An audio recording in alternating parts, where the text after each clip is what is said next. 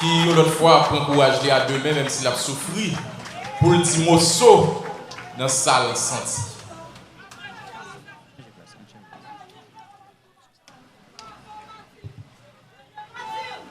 Merci, assez.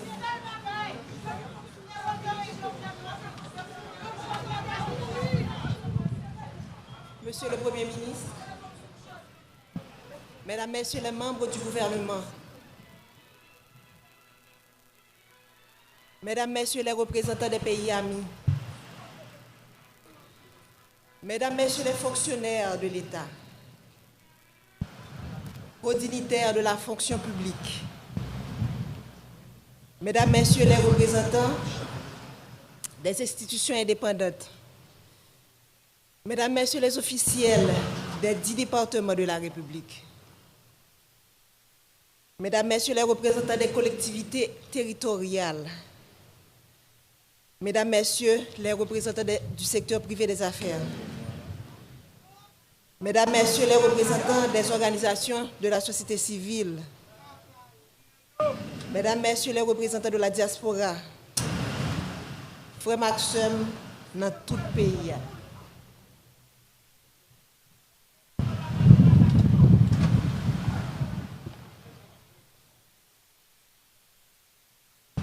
Au nom de toute la famille présidentielle, j'aimerais vous remercier du profond de mon cœur de votre présence parmi nous pour rendre un dernier hommage à mon mari Jovenel Moïse.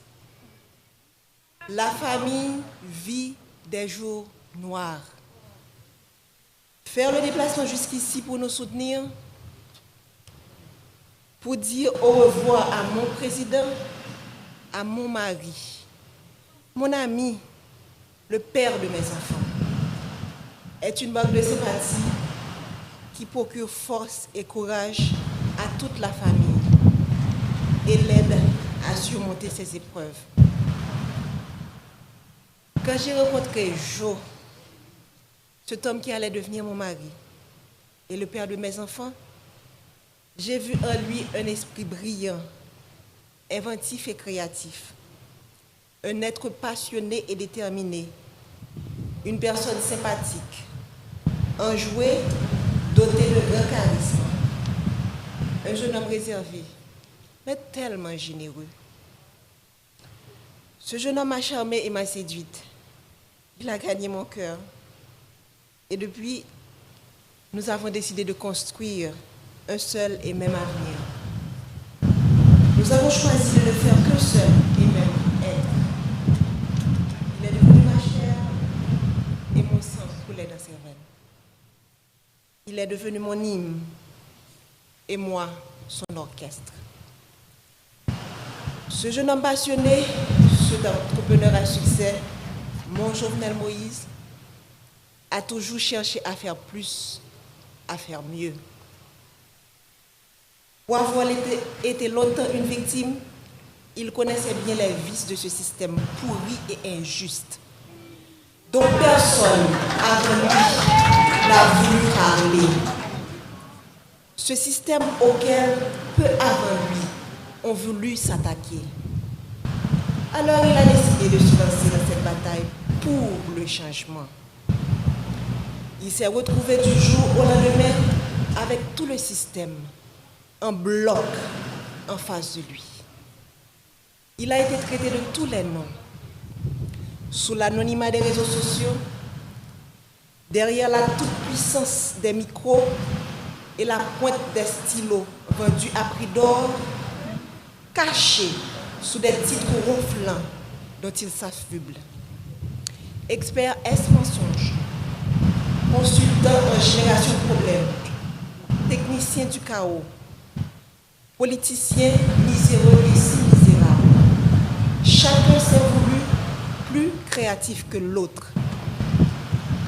J'entendais des adjectifs associés au nom de l'homme de ma vie et j'avais du mal à m'imaginer que la folie du pouvoir, la vulnérabilité économique, l'envie pouvait conduire à autant de méchanceté.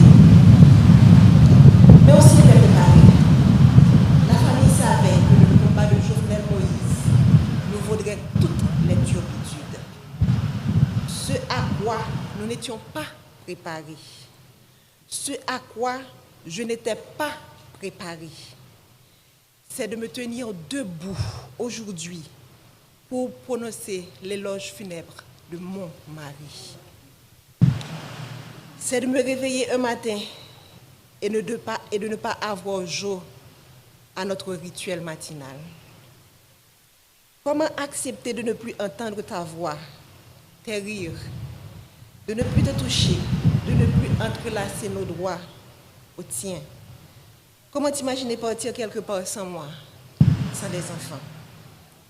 C'est un cauchemar de je n'arrive pas encore à me réveiller. C'est une situation à laquelle tu ne nous avais pas préparés. Ta femme, tes enfants, tes petits-enfants, tes frères et sœurs, tes neveux et nièces, cousins et cousines, tes amis, tes collaborateurs, ton peuple. Nous sommes là ce matin à faire quoi? Te rendre au dernier hommage? Faire ton deuil? Nous ne sommes pas préparés à cela. Je me souviens encore de toi me disant que tu veux partir les mains propres et pures. Mais tu ne pensais pas partir sans avoir pu faire tes adieux. Tu ne pensais pas partir mutilé, désarticulé. Tu as été sauvagement assassiné, toi qui as toujours renoncé à la violence. Tu as toujours prêché le pardon, la réconciliation, le tête ensemble. On a comploté contre toi, te condamnant à mourir dans la barbarie et la cruauté. Toi, si indulgent avec les autres, tu as connu la haine. Ils t'ont jeté leur venin pour assassiner ton caractère.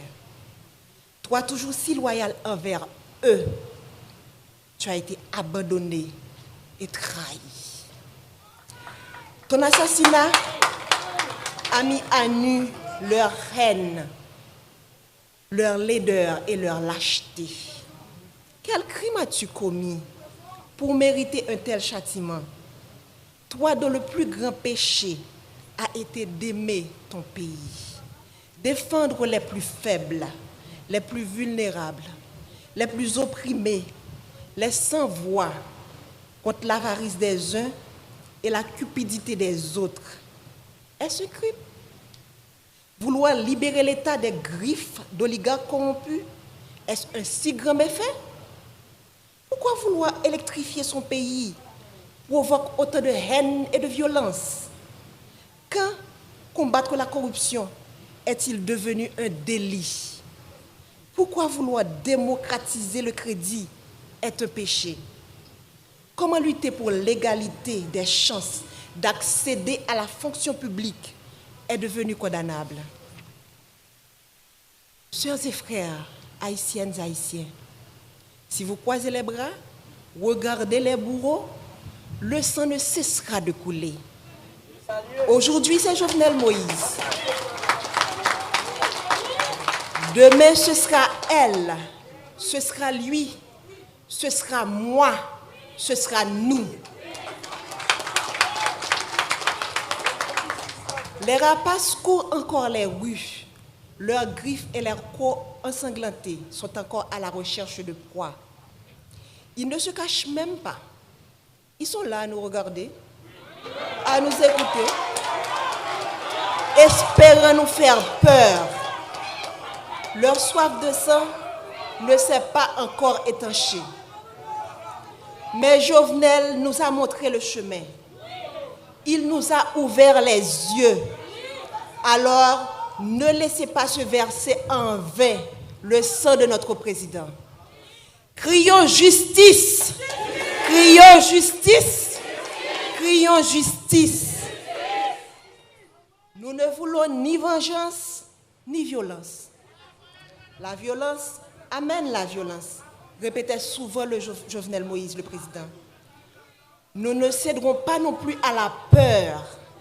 La peur engendre la peur, disait-il toujours. Nous allons les regarder droit dans les yeux, comme Jovenel Moïse les aurait fixés. Et nous allons leur dire, c'est tassé. Jovenel, mon amour, mon compagnon, mon ami, mon autre moi, que vais-je devenir sans toi? Comment me résoudre à vivre sans toi? Ces pleurs qui inondent mon cœur, ces larmes dans lesquelles mon âme se noie, quand viendras-tu les sécher? Je ne peux pas te faire mes adieux, alors je te dis au revoir, Jo. Pars avec tout l'amour que je te porte. Les valeurs que tu as inculquées à tes enfants, à moi, à la jeunesse de ton pays, continueront d'exister de génération en génération.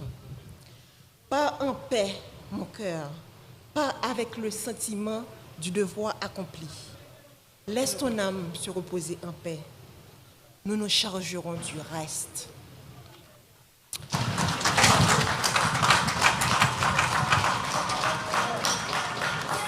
Aksem haïtien qui vivent dans 4 coins pays, dans la diaspora, nous-mêmes qui venons supporter la famille dans un moment difficile, nous disons merci en pile.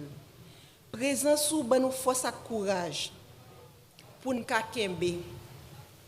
Yo assassiné le président Jovenel, mais yo pas qu'à assassiner vision. Yo pas qu'à assassiner l'idée. Yo pas qu'à assassiner rêve li gagné pour pays.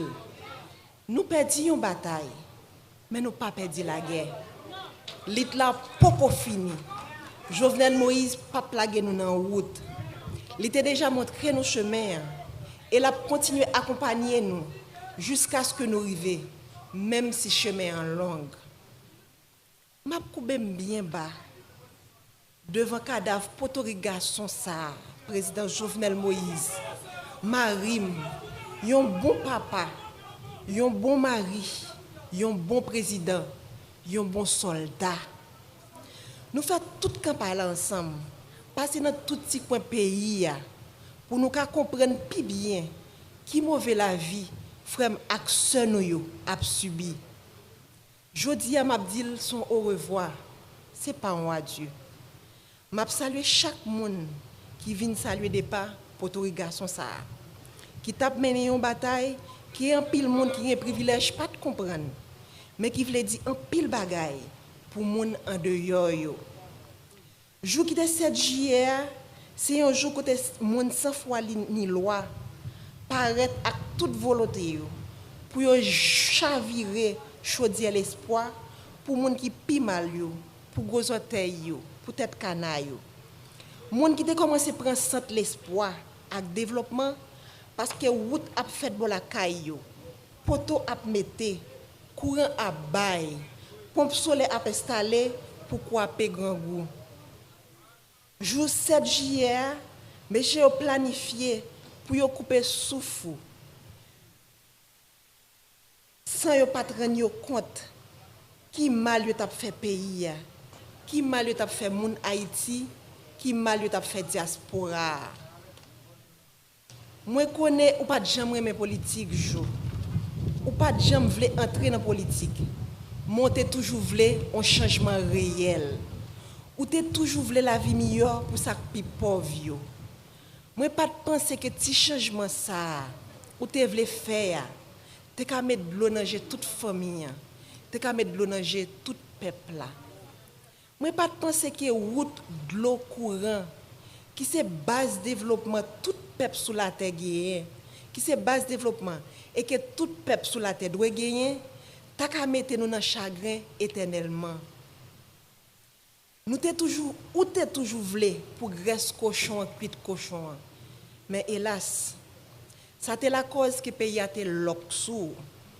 Ça c'est la cause que monde qui contrôle gang yo, c'est la guerre de. Ça c'est la cause que conspiration village Tibois te manqué pour toi aller. Ça c'est la cause qui ont été payé mercenaires. Vin dans pays rete pendant plusieurs mois puis te ton 6-7 juillet pour te éteindre nous tant que lampe dans vent. Yo goumen juste mek do wate. Jo oligarque yo gagné une bataille. Mais on pas contre si peuple a commencé ouais clair Si le peuple a commencé à comprendre, si j'ai le calé, qui donc ou devant, nous perdons une bataille. Mais la guerre n'a pas fini. Il faut que nous jouions justice pour vous. Merci.